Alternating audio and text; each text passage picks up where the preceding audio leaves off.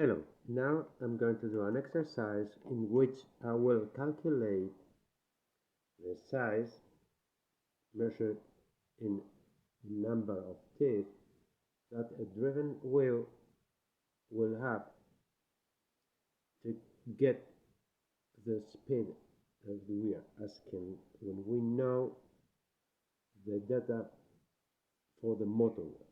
So let's say we got a motor connected to a shaft for a motor gear, and the motor gear has 20 teeth, and the speed for it will be 600 RPM, meaning 600 revolutions per minute. And now we have to manufacture a driven gear, and we need to know how many teeth would it have if we wanted to have speed of 900 RPM, revolutions per minute.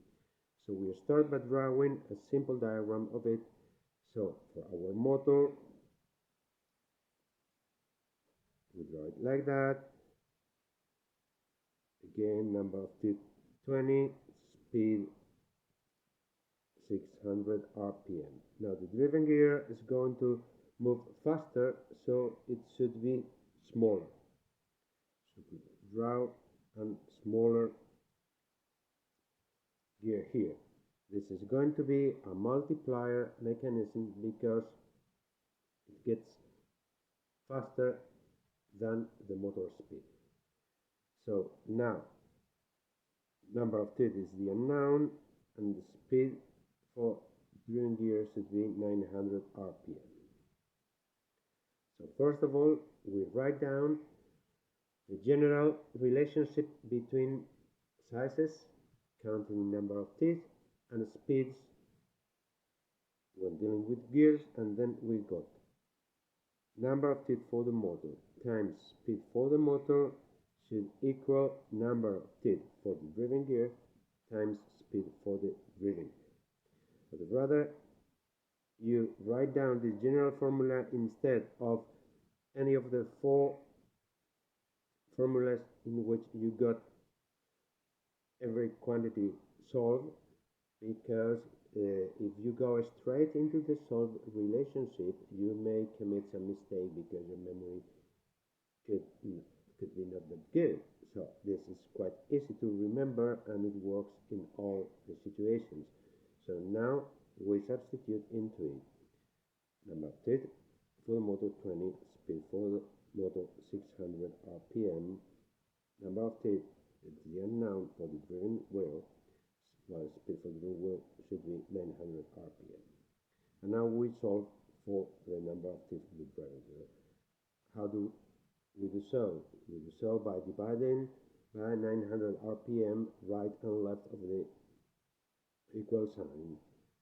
So we get 20 times 600 RPM divided by 900 RPM. I would advise you to keep written down the units, so you see they cancel each other, you get a right one. Here is a number without any unit. Now we can simplify, divided by 10, divided by 10 again, then we get 20 times 6, 120, divided by 9, we can simplify again, divided by 3, we get 40 divided by 3, which is not a natural number. This is 13 and a third, right?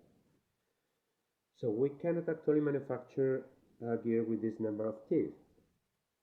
The best we can do is round up this number by the closest natural one, which is 13, and manufacture a wheel with 13 teeth. But then by using this wheel, we are using a slightly smaller wheel, the one that should give us 900 RPM. So if the wheel is slightly smaller, the speed we'll actually get will be slightly faster.